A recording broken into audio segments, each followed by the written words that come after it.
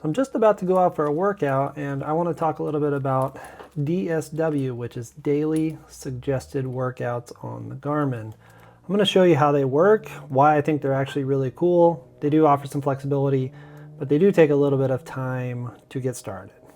So before we get into how setting it up, I think it's important to know how it thinks and what it needs to do. So I have the screenshot up here from Garmin's website. What data is used to create suggested workouts? I'm just looking at my computer over here for a second. So the following items that factor into the workout suggestions are training status. So you need to have that enabled. Training load and load focus, VO2 max value, which changes over time.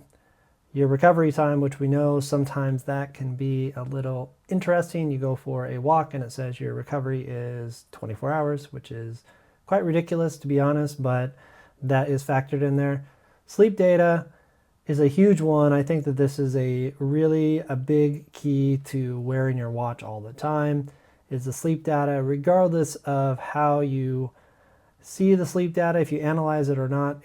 It's a really good place to get a baseline, and it will show you like kind of what your recovery is. And last but not least, a profile of recently performed workouts.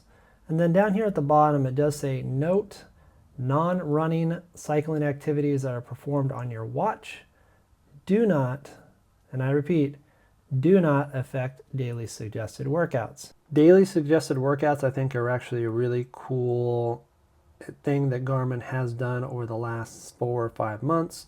This is one of those things that it can be really nice. There are plans in there as well, but they're a little bit different.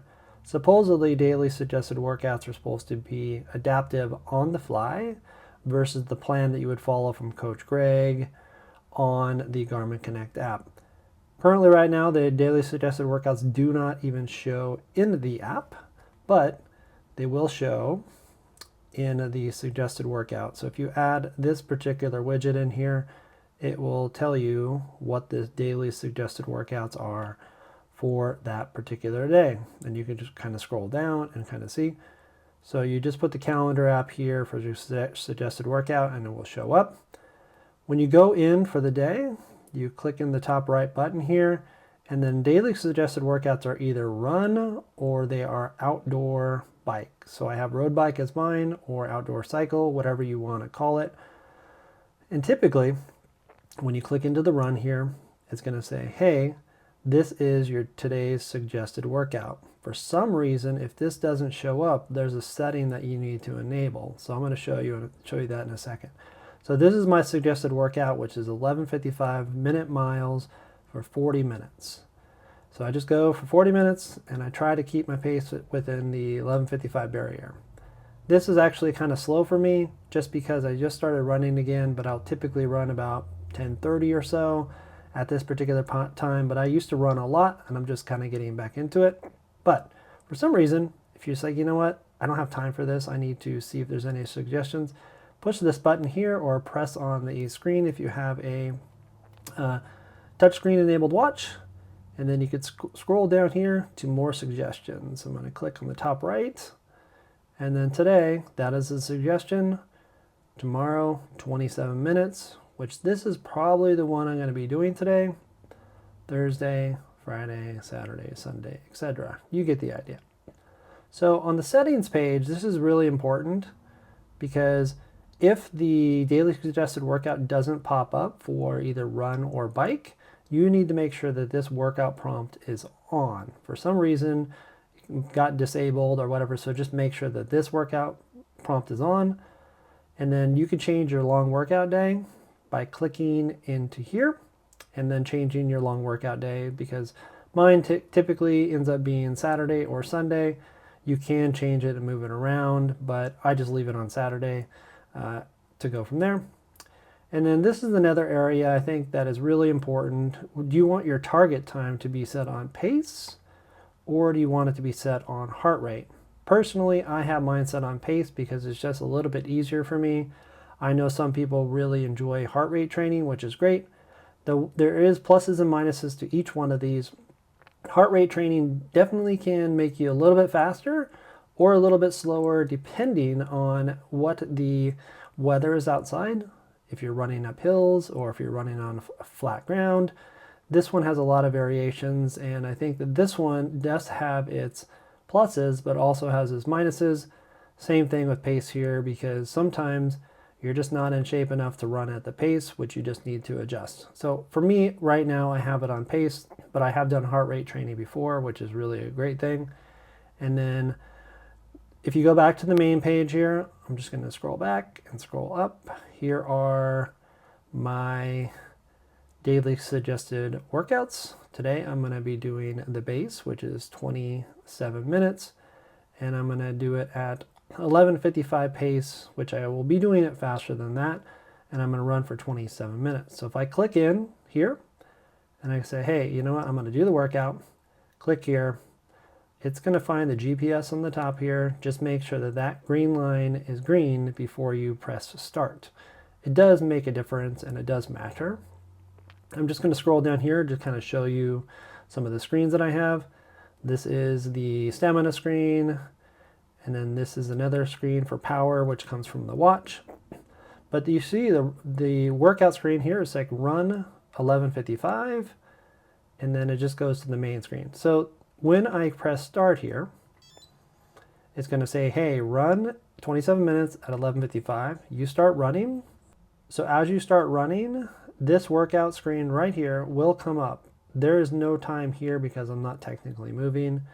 The time for running is counting down, and then the step distance will come up. So as you run in this target range, it's going to say, hey, you're running too slow, speed up. You're running too fast, slow down, etc., etc., etc. So as you go, you will see this here.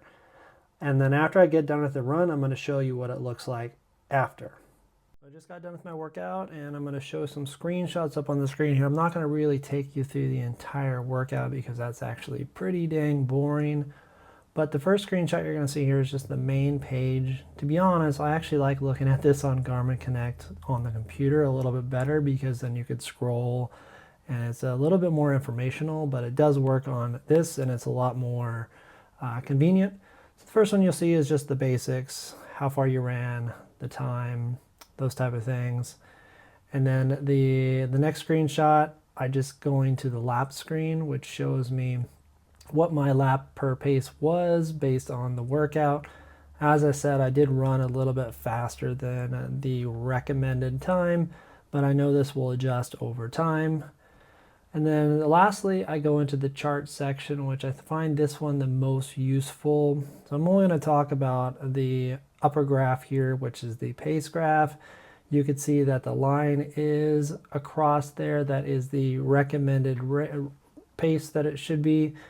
Based on that, there is a couple of times that I did stop for stoplights or cars or crossing the crosswalk, etc. So you could see that there are dips here. But this is really helpful that if you want to see how you are getting there. I think that there is a couple nice little options here.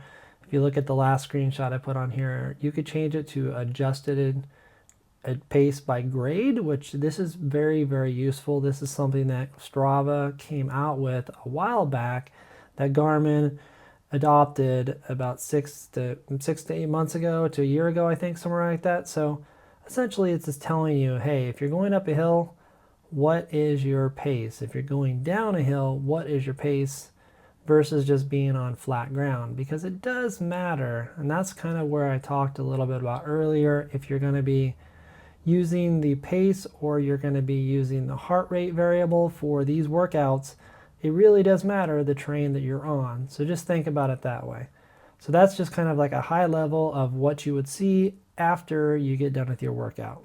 So just to kind of wrap this up in the basics, so that's kind of how you set it up. This is what you need to do. I've actually kind of enjoyed getting back into running. It's only been a couple weeks, so you see my pace is really slow, which is fine.